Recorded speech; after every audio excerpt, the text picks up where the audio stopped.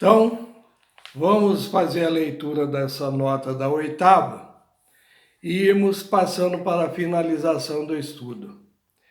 Foi-me mostrada a necessidade dos que creem estarmos tendo a última mensagem de misericórdia de se separarem dos que estão diariamente absorvendo novos erros. Vi que nem jovens e nem velhos devem assistir às suas reuniões, pois é errado assim encorajá-los. Enquanto ensino o erro que é veneno mortal para a alma e doutrina que são mandamento de homens. A influência de tais reuniões não é boa. Se Deus nos libertou de tais trevas e erros, devemos ficar firmes na liberdade com que Ele nos tornou livres e regozijar na verdade. Deus se desagrada de nós quando assistimos ao erro sem a isso ser obrigado. Pois a menos que Ele nos envie a essas reuniões, onde o erro é inculcado ao povo pelo poder da vontade, Ele não nos guardará. Os anjos cessam o seu vigilante cuidado sobre nós, e somos deixados aos açoites do inimigo, deixados a ser entenebrecidos e debilitados por ele e pelo poder dos seus anjos maus. E a luz ao nosso redor fica contaminada com as trevas, e aí então a situação fica complicada. Quero dizer aqui que é a questão daquela coisa que eu tinha falado anteriormente, influência hipnótica. Continuando a leitura, diz assim: vi que não temos tempo para desperdiçar em ouvir fábulas. Nossa mente não deve ser assim desviada, mas deve ocupar-se com a verdade presente e em buscar sabedoria que nos permita alcançar mais completo conhecimento de nossa posição, a fim de que com mansidão podemos apresentar nas Escrituras a razão de nossa esperança. Enquanto falsas doutrinas e perigosos erros são levados à mente, essa não pode estar posta na verdade, que deve capacitar e preparar a casa de Israel para estar em pé no dia do Senhor. Então, sair de onde você está, ouvindo as mensagens verdadeiras, mas tendo curiosidade como tendo Eva, achando, não tem perigo nenhum, porque lá, será que é assim mesmo? Será que é erro misturado com verdade? Tem uns hinos tão bonitos, uns louvores, músicas, brilho. A serpente também era muito bonita, né? Então nós vamos partir um pouquinho mais para frente, na pergunta 9. Se permanecermos em erro conhecido, mesmo sendo sincero, poderemos ser salvos? Vamos dizer que a placa para um determinado lugar está invertida. E você pega, segue a placa e não pergunta para ninguém. Mas a placa está invertida, você não vai chegar no lugar que você estava querendo, mesmo sendo o quê? Sincero. Provérbio 16, verso 25 é o primeiro texto. Nós vamos ler o que diz aqui a palavra. 16, verso 25 de Provérbio. Instruções para nós nessa hora. Há caminho que parece direito ao homem, mas o seu fim são os caminhos da morte. Texto bem conhecido também. Mateus 5,13. O que nós lemos aqui em Mateus 5,13? Vamos ler aqui a palavra de Deus, Jesus falando, né? Vós sois o sal da terra, e se o sal for insípido, com que se há de salgar? Para nada mais presta, senão para ser lançado fora e ser pisado pelos homens.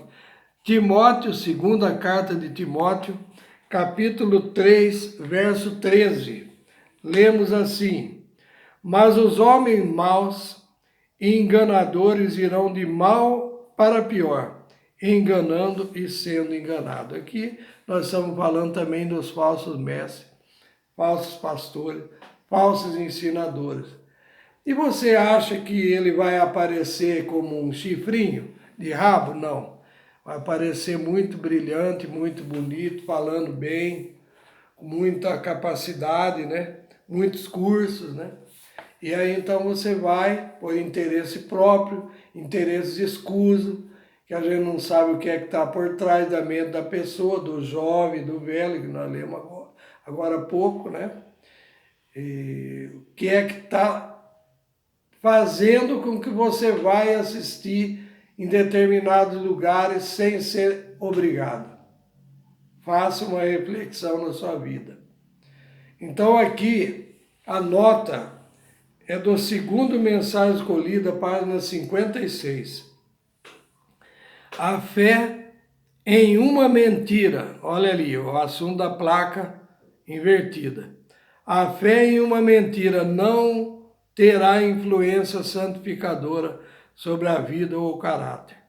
Nenhum erro é verdade, nem pode tornar-se verdade pela repetição ou por fé nele.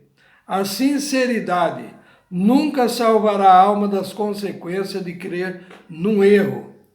Sem sinceridade não há genuína religião, mas a sinceridade numa religião falsa jamais salvará o homem. Posso ser perfeitamente sincera, ela escreveu, em seguir um caminho errado, mas isso não torna o caminho certo, nem me levará ao lugar em que eu desejava chegar. O Senhor não quer que tenhamos cega credulidade e chamemos isso fé que santifica. A verdade é o princípio santificador e, portanto, cabe-nos conhecer o que é a verdade. Precisamos comparar as coisas espirituais com as espirituais. Precisamos provar tudo, mas reter somente aquilo que é bom, aquilo que apresenta as credenciais divinas, que põe diante de nós os verdadeiros motivos e princípios que nos prontificam a ação. Sabe o que me veio em mente agora, caros ouvintes, irmãos e amigos da Palavra de Deus, enquanto eu estava lendo? Não é preciso você ir lá numa outra igreja, onde ensina o erro e a verdade junto. É só você entrar na internet e ficar ouvindo falsos ensinadores, você está cometendo o mesmo erro. Percebeu qual é a situação? Se você compra um livro, e esse livro é mistificador, misturado, mesclado com um monte de heresia, você não deve comprar esse livro. Não deveria saber um pouco dele antes. Embora o texto disse examinar tudo e retende o bem. Mas antes de você examinar tudo, você tem que examinar primeiro o que você vai examinar tudo. Não sei se os irmãos e amigos entenderam o que eu quero dizer. Então não é pondo o pé em qualquer laço. Não é ouvindo qualquer coisa e falando amém. Principalmente nesse tempo que nós estamos vivendo agora, nesse assunto da pandemia, de máscara, tapa-boca e focinheira, que eu chamo, né? E a questão da vacina. A política é muito forte. O que está por trás disso? Um lobby muito grande. E esse lobby é financeiro. E quem que ganha com isso? Por exemplo, o assunto das vacinas. Os laboratórios estão vendendo as vacinas, propondo vender a vacina, mas querem um contrato. Sabe qual é o contrato? Não quero compromisso com algum problema que tiver adverso depois. Nós não seremos responsáveis. Então, como que você vai confiar numa coisa dessa? Assim é também nas coisas de um falso ensinador.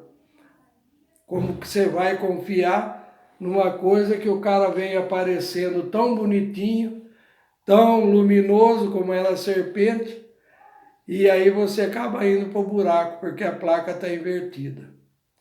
Mas eu queria dizer nessa hora que tem mais coisa que nós devemos focalizar para distinguir o que é o erro da verdade. No final da lição nós vamos ainda entrar mais nesse ponto. aqui na pergunta 10, na hora de maior tentação, o que faltou a Adão?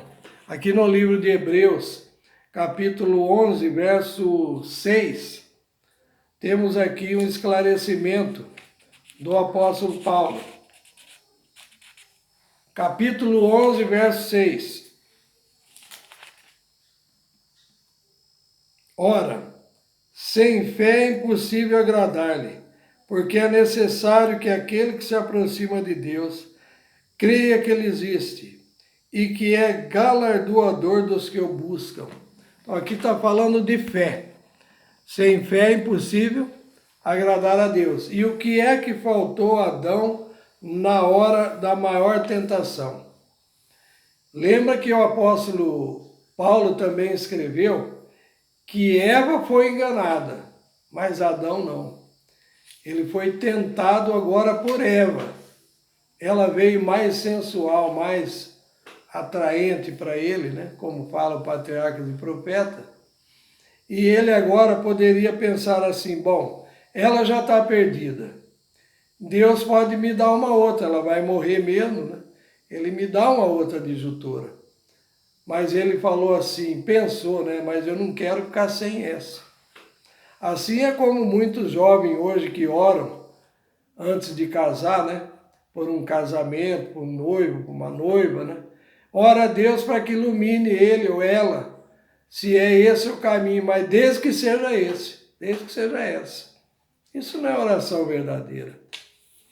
Claro que a pessoa não ora desse jeito, mas no íntimo do coração está orando a Deus e deseja que seja do gosto dele ou dela. Então o texto da nota, é uma nota bem grande, eu vou ter que acelerar aqui. No primeiro texto é do Patriarcas e Profeta 56, depois da história da redenção 36, depois Patriarcas e Profeta 56 de novo, mais uma parte. Em um estado de exaltação, aquilo que eu adiantei, né? Exaltação estranha e fora do natural, e com as mãos cheias do fruto, procurou a presença dele, de Adão, e relatou tudo o que ocorrera. Adão compreendeu que sua companheira transgredira a ordem de Deus, desrespeitara a única proibição a eles imposta, como prova de sua fidelidade e amor. Teve uma terrível luta íntima, como todos nós temos, ele teve também, mas ele era um ser inocente, puro. E ele também foi tentado, e como nós temos visto, ele caiu também. Tentado pela esposa agora. Adão lamentou por Eva ter deixado ao seu lado. Agora, porém, a ação estava praticada. Devia separar-se daquela cuja companhia ele tanto amara. Como podia suportar isso? Seu amor por Eva era muito grande. Em completo desencorajamento, resolveu partilhar a sua sorte. Qual sorte? Morrer junto com ela. Raciocinou que Eva era uma parte dele. Se ela devia morrer, com ela morreria ele, pois não podia suportar a ideia da separação. Faltou-lhe a fé em seu misericordioso e benevolente Criador. Não compreendia que Deus, que do pó da terra o havia criado como um ser vivo e belo, e tinha criado Eva para ser sua companheira, poderia suprir seu lugar. Afinal, não poderiam ser verdadeiras as palavras da serpente? Pronto, aí já veio a dúvida, né? Eva estava diante dele, tão bela e aparentemente tão inocente como antes desse ato de desobediência. Sob os efeitos do fruto que havia comido, exprimia maior amor para com ele do que antes de sua desobediência. Será que era amor? Como muitas mulheres fazem hoje com os homens? Era amor? Não. Ela foi usada por Satanás como isca e veio agora com certas amabilidades que Adão entendeu que aquilo era muito amor. E aí continua: Adão havia desfrutado da companhia de Deus e dos santos anjos. Havia olhado para a glória do Criador. Compreendia o elevado destino manifesto à raça humana, se permanecessem fiéis a Deus. Todavia, essas bênçãos todas foram perdidas de vista, com o receio de perder ele aquela única dádiva, que a seus olhos sobrepujava todas as outras: o amor, a gratidão, a lealdade para com o Criador. Tudo foi suplantado pelo amor para com Eva. Ela era uma parte dele e ele não podia suportar a ideia da separação. Finalizando, pergunta 11. Qual tem sido sempre nossa maior necessidade desde a queda de Adão? Evangelho de João 20, capítulo 20, verso 27. Vamos ler então a palavra inspirada, o que nos diz nessa hora. João 20, verso 27. Lemos assim: Depois disse a Tomé: Põe aqui o teu dedo e vê as minhas mãos, e chega a tua mão, e mete-a no meu lado, e não seja incrédulo, mas crente.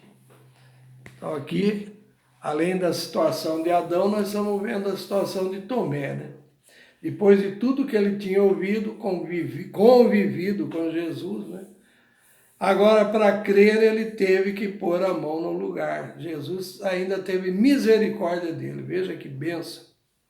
Então, a nota aqui é do 7º Testemunho para a Igreja, 211. Também está no 3º Testemunho Seleto, 191, 192. Então, a pergunta foi: qual tem sido sempre nossa maior necessidade desde a queda no Éden? Se no lugar em que estamos temos falta de fé, quando se apresentam dificuldades, teríamos falta de fé em qualquer lugar. Nossa maior necessidade é de fé em Deus. Ao olharmos para o lado escuro, perdemos nossa segurança no Senhor Deus de Israel. Quando abrimos o coração aos temores e conjecturas, o caminho do progresso é obstruído pela incredulidade. Não pensemos jamais que Deus tenha abandonado sua obra. Tem que falar menos incredulidade, menos conjecturas de que isso ou aquilo está impedindo o caminho. Eu tenho muito esse defeito, preciso me corrigir. Vamos avançar com fé, acreditar que o Senhor preparará o caminho para a sua obra. Então encontraremos descanso em Cristo, cultivando fé e colocando-nos na devida relação para com Deus e dispondo-nos com fervorosa oração a cumprir o nosso dever. O Espírito Santo, então, atuará em nós. Os muitos problemas que agora parecem misteriosos serão resolvidos pela contínua confiança em Deus. Não temos de andar em penosa indecisão, pois estamos vivendo sob a guia do Espírito Santo. Podemos andar e trabalhar com tanta confiança. Então, terminamos aqui. Deus seja louvado por esse momento. As falhas e as faltas foram muito aqui no procedimento desse estudo, né? É um culto, uma exposição livre, né? E também ao vivo, né? E pode ter ouvido algumas interferências, algumas falhas, né? Mas que Deus seja louvado e que isso que nós lemos e estudamos hoje possa fazer efeito em nossos corações. Amém.